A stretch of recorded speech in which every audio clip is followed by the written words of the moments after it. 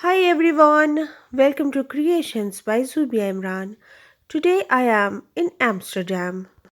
ये एम्स्टरडेम की signature buildings हैं जिनको देख के पता चलता है कि आप एम्स्टरडेम में हैं।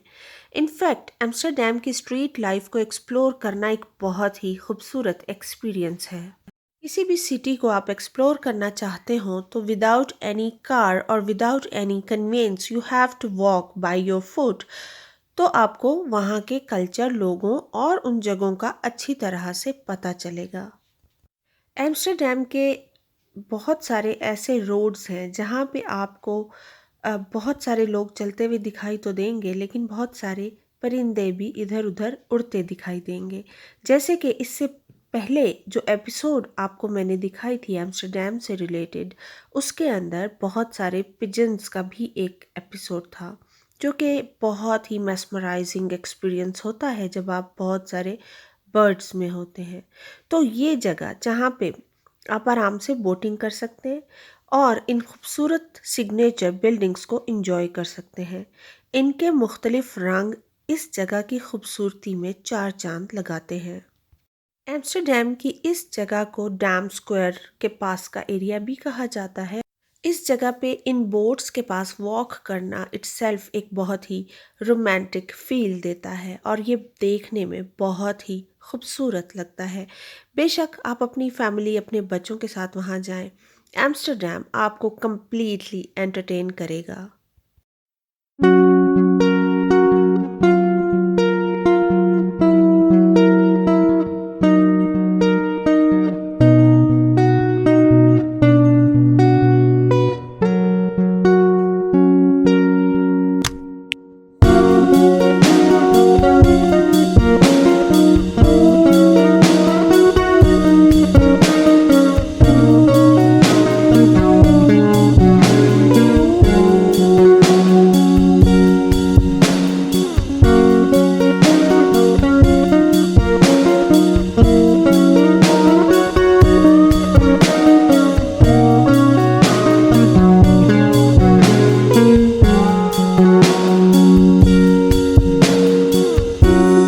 Fall around, I just can't go without.